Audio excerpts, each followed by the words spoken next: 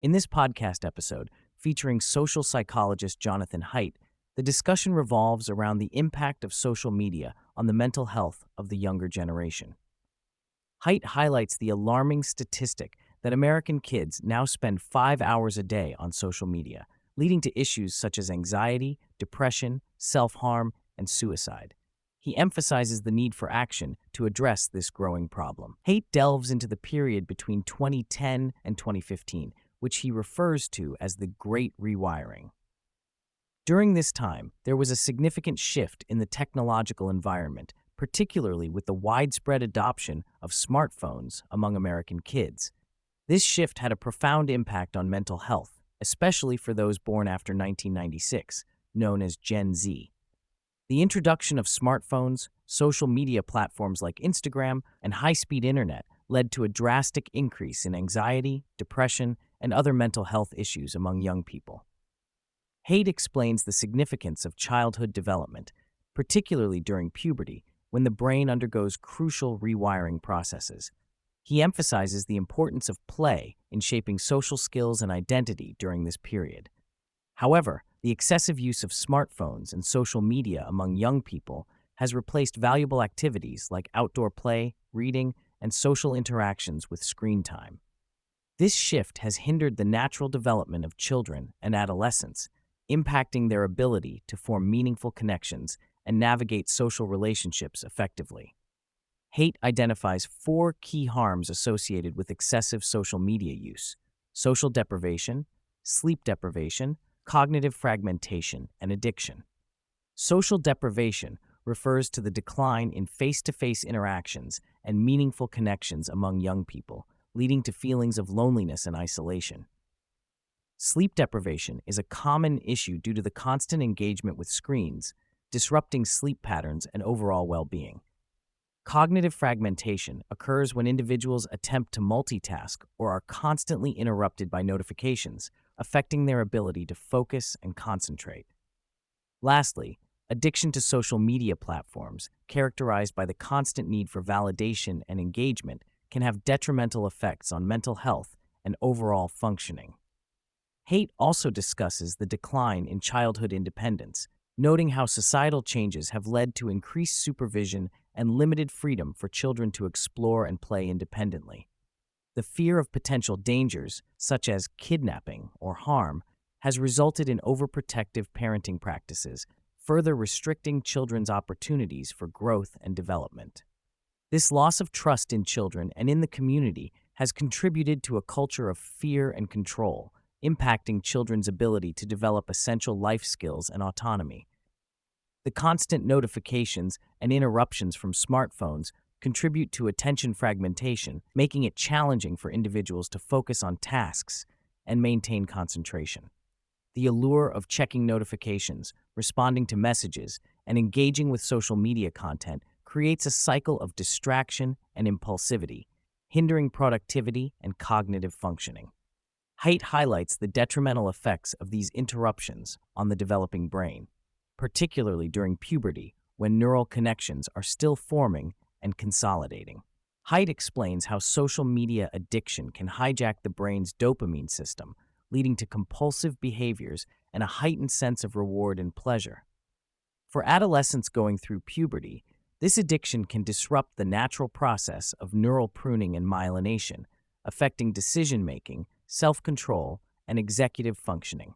The constant exposure to social media content and the reinforcement of addictive behaviors can have long-term consequences on brain development and mental health. Haidt delves into the document prepared by Facebook staff for their colleagues on teen brain development. The document explains how the emotion centers in the brain are highly active and developing during puberty, while the prefrontal cortex, responsible for self-control, develops later. This creates a sweet spot for social media engagement, especially among teenage girls aged 13 to 17. The document highlights the vulnerability of teenagers during this period, as they seek validation and approval from others but struggle with self-regulation. Haidt explores the gender differences in mental health, with girls generally exhibiting higher rates of anxiety and depression compared to boys. He attributes this difference to the social and emotional tendencies of girls, who are more prone to sharing emotions and seeking social validation. Haidt introduces the concept of collective action problems in the context of social media use, highlighting how individuals feel compelled to stay on these platforms due to societal norms and peer pressure. He shares insights from a study that measured the value individuals place on social media platforms and their willingness to give them up if others did the same. The findings reveal a significant shift in perspective when individuals consider collective action to reduce social media usage, indicating a desire to break free from the addictive nature of these platforms. Haidt presents 4 key solutions to counteract the negative effects of social media on teens. No smartphone before high school, no social media until age 16, phone-free schools, and giving kids more independence, free play, and responsibility in the real world.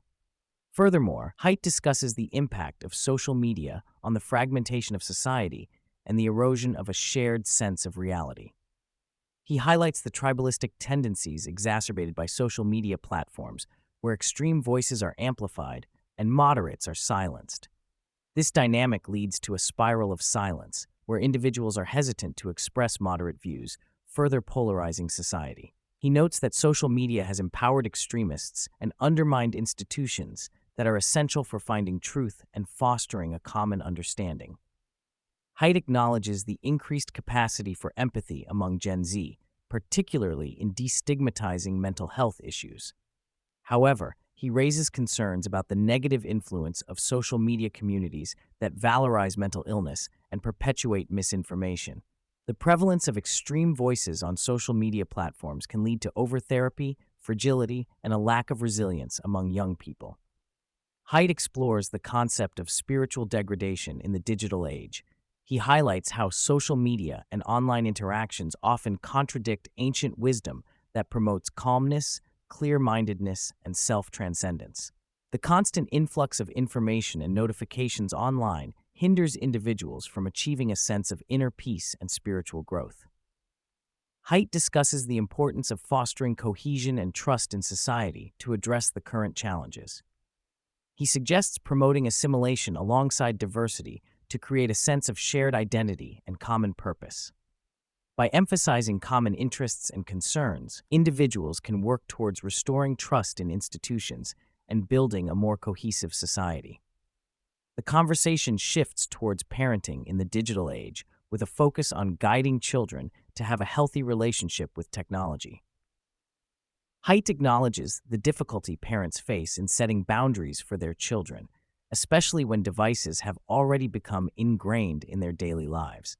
He advises parents to approach the issue collectively, involving other parents and creating house rules that limit screen time and promote face-to-face interactions. Haidt highlights TikTok as one of the most harmful platforms due to its addictive nature and short-form videos that can lead to a slot machine effect on users.